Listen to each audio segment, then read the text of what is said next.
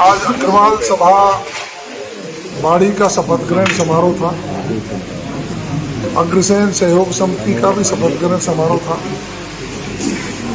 भव्य आयोजन अग्रवाल समाज के द्वारा बाड़ी में किया गया।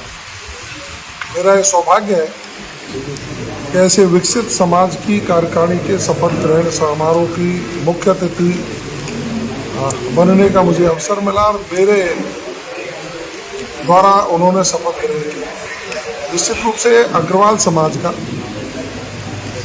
देश के और प्रदेश के विकास में और सामाजिक समरसता स्थापित करने में बहुत बड़ा योगदान है। मेरी ओर से उनको शुभकामनाएं कि वो अपनी गतिविधियों को एकजुटता से संचालित करते हुए सामाजिक विकास की परिकल्पना को पूरा करें।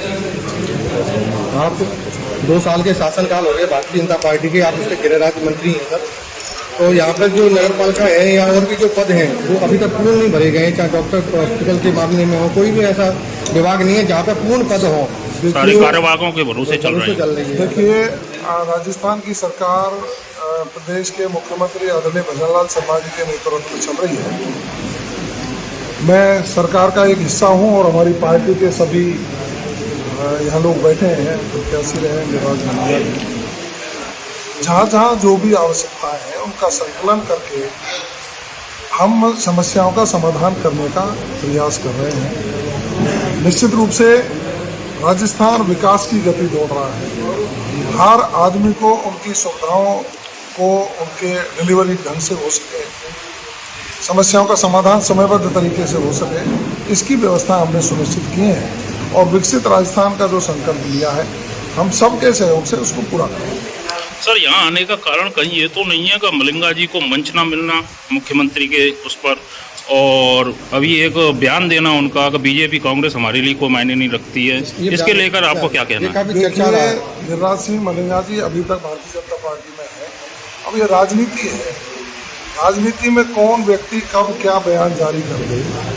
हमारी भारतीय जनता पार्टी के प्रदेश कार्य समिति के सदस्य हैं, तो निश्चित रूप से उनके यहाँ चाय पीना मेरी आदत में रहता है। मैं कहीं भी जाता हूं तो पार्टी के कार्यकर्ताओं से जरूर मिलता हूं। यहाँ भी हमारे पार्टी कार्यकर्ता सब बैठे हैं। आने वाला समय पंचायत चुनावों का है, कब ये पंचायत चुनाव होंगे और हमारे जिले की कमान किसको दी जाएगी पंचायत चुनावों की? क्योंकि हमारा जिला अभी यहाँ से बीजेपी ने कभी फतह नहीं पाई है, तो क्या पंचायत चुनाव भी या जीरो होने जाएगा या यहाँ पे बीजेपी का कमल खिलेगा? ऐसा नहीं है। यहाँ रामवती जी भारतीय जनता पार्टी से जिला प्रमुख रही हैं, दुर्ग सिंह जी अंधाना भारतीय जनता पार्टी से जिला प्रमुख रहे हैं, धर्मपाल जादौन यहाँ भारतीय जनता पार्टी से जिला प्रमुख रहे हैं, विभिन्न प्रधान भी भारतीय जनता पार्टी के रहे हैं। और मैं समझ सकता हूँ कि पंचायत चुनाव समय पर होंगे। जो देरी हुई है उसका कारण है ओबीसी आयोग की राजनीतिक प्रतिनिधित्व की रिपोर्ट समय पर नहीं आना। अब कांग्रेस ये चाहती है कि ओबीसी के लोगों को उनका अधिकार नहीं मिले, इसलिए कांग्रेस के लोग ये कह रहे हैं चुनाव कराइए जिससे ओबीसी को आरक्षण नहीं मिल पाएगा। हम ये कह रहे हैं कि हम सभी वर्गों को समुचित आरक्षण, ओबीसी हो, एससी हो, एसटी हो, सबको उनका समुचित आधिकारिक आरक्षण मिले और चुनाव संपन्न हो।